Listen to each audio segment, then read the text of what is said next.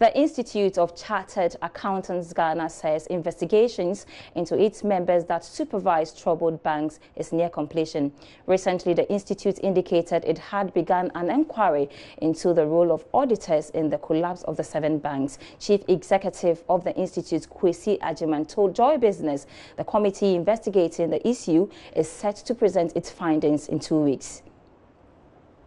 The Bank of Ghana this year revoked the licenses of 5 universal banks due to a number of corporate governance discrepancies and breach of some banking requirement. It was against this background that the Institute of Chartered Accountants Ghana said it had begun an inquiry into the role of auditors in the collapse of the 7 banks. But how far has the institute gone with the investigation? Kwesi Agyemang is Chief Executive of ICAG. We communicated to the investing public. ICAG Council set up a committee, a fact-finding committee, to delve into the activities of, the banks, especially to do with the conduct of their audit firms. That process is almost getting to the end, and the ICAG Council will adequately come up very soon to give a report to the public. So talking about very soon, how soon should we expect this? Definitely within the next couple of days or weeks.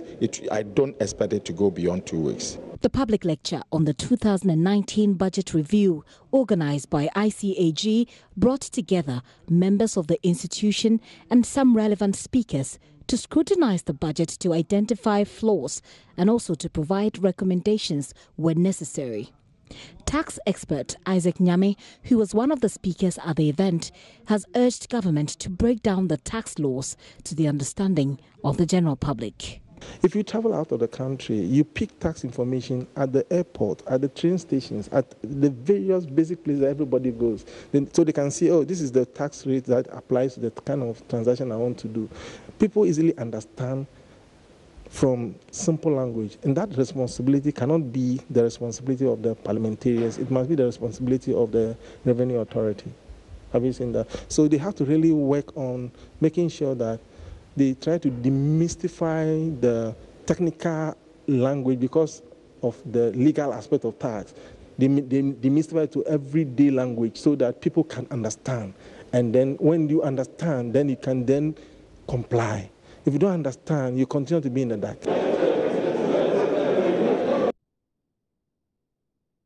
After 10 years of existence, Cabinet is set to review the current transport policy. The policy, which is expected to be developed by the end of the year, would provide guidance for a holistic and strategic development of the transport and logistics sectors to support the Ghana Gateway project.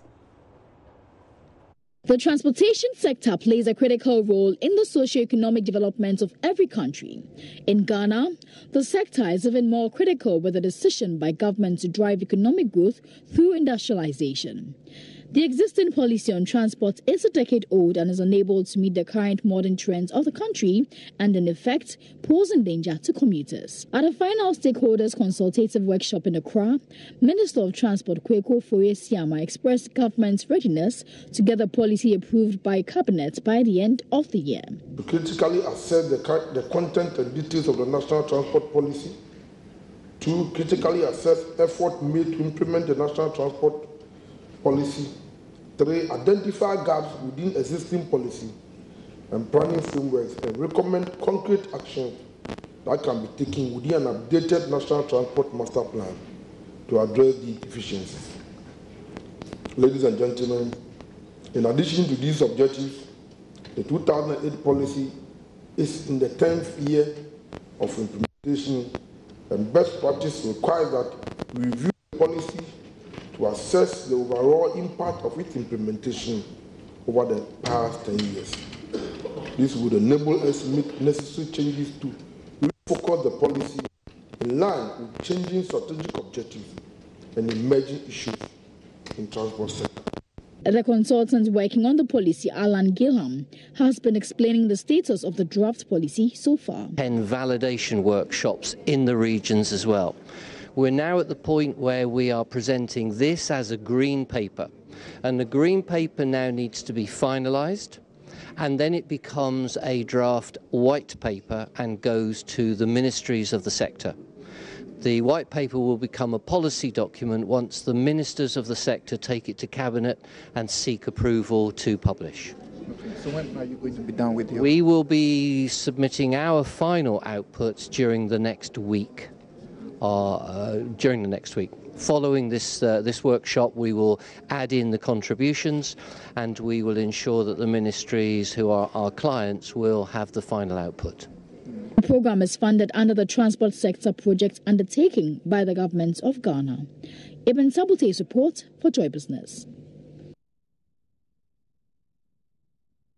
Ghana will soon adopt a competition law. The law, when implemented, will kick against unnecessary monopoly and the business environment. Non-availability of the competition policy and law has resulted in abuse of dominance and overpricing. So when we got information, we were made to investigate. And truly, the investigation proved that some companies, corporate entities, were engaged in these anti-competitive practices, cartels, and so on and so forth. Now, what did we do? We quickly sought technical assistance from the UNCTAD Secretariat in Geneva. And fortunately for Ghana, we had the technical assistance. Some officials from the Competition Policy and Consumer Protection Division in UNCTAD in Geneva came down to assist in preparing us for the future in respect of competition law and policy. What we had was a draft bill, which according to them was a precedent, containing literally everything that we have to put inside the bill. And we had an extensive document giving us almost everything that we needed.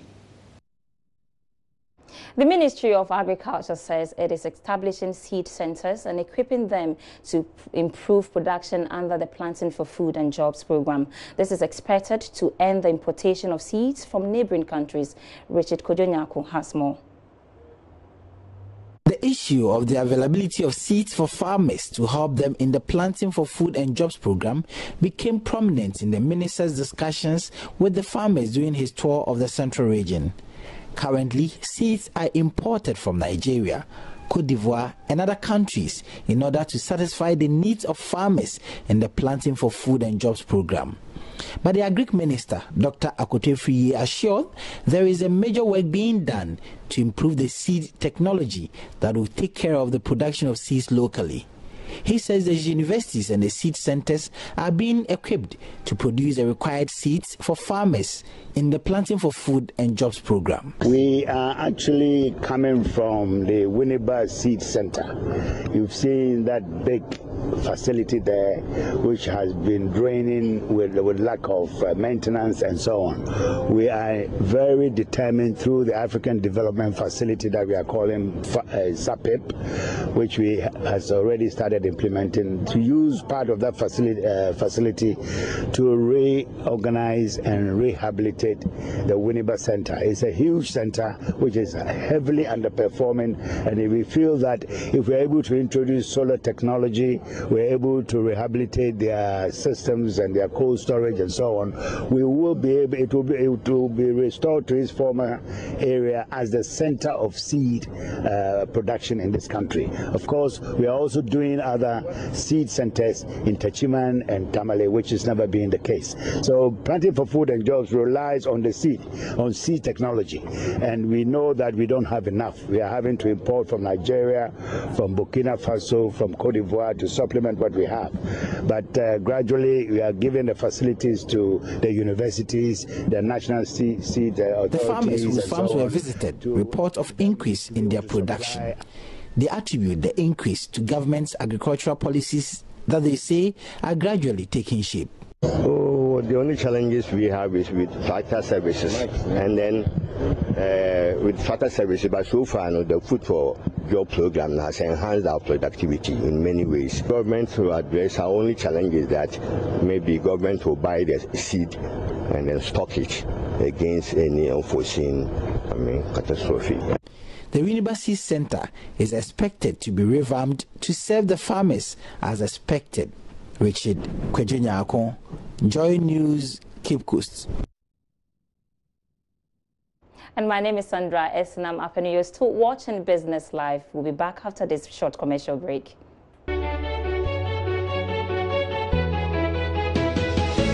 You're welcome back to Business Live. Let's do our big story tonight. And petroleum prices are expected to witness another significant reduction at the pumps from this weekend.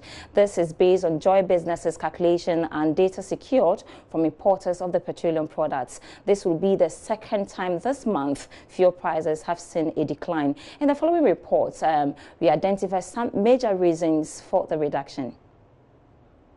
We understand the expected reduction has been influenced by the continuous drop in crude prices on the international markets, improved petroleum supplies, and some marginal stability of the rate at which the cedi was depreciating. Our calculations show that a litre of diesel would go down by 3%. This would result in a litre selling at 4 cedis 93 per Suez, while a gallon of diesel should then go for 22 Ghana cedis 18 per Suez. Petrol, on the other hand, is expected to decrease by 4%, translating in a gallon going for 22 cedis 18 per Suez. LPG would witness one of the biggest reductions, going down by over 8%. If you look at the numbers again, this month has indeed witnessed one of the biggest reductions for all the major petroleum products. Our calculations show that diesel has gone down by more than 4% for the month of November, whilst petrol has decreased by over 8% and LPG has done about a 14% reduction. However, the challenge now is whether the over 100 oil marketing companies would indeed work with this projection put out by Joy Business from this weekend and drop their prices accordingly. The reduction could greatly impact on the cost of living, looking at the role fuel plays in the economy. Some industry players have also argued if the cedi remains fairly stable in the coming weeks and looking at what is happening on the international markets, then consumers should brace themselves for another round of significant reductions from next week.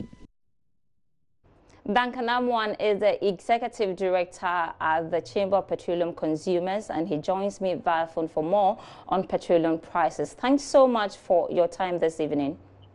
Thank you, and thanks for having me. Thank you. And so obviously we know because prices of petroleum products are going down on the international market, that's why we are seeing the reduction in prices. But for a country like Ghana who exports petroleum products, how is this going to have an effect on our net economy? Indeed, I think the oil marketing companies may have to take Ghanaians a lot more serious than they actually do. If you recall, when prices have gone up, most times you get these OMCs increasing, sometimes even beyond what the world market prices indicated or dictated. Like you rightly indicated in your report, we've seen some drops as far as flat prices are concerned, finished products are concerned. Unfortunately, when it gets to time for reduction, we are not that enthused about the levels of reductions that we are seeing. We've increased about 20 per Suez at a time before, but when it comes to reductions, you are just getting about 5, 6, 7 per Suez, sometimes 3 per Suez. And if you look at the last time that Ghana or the world got to this point, where Brent was around 60, WTI was a bit lower, around 51, 52. Fuel wasn't 22 cedis as we have it currently.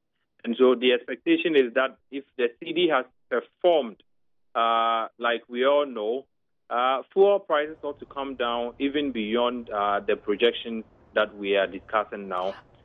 We would not be surprised if it goes somewhere around 4 cedi. 84 cedi, 72 per Suez. All right, Duncan, you're talking about the consumer bit of what is happening, but I'm asking for a country like Ghana that exports the commodity, how is that going to affect the economy?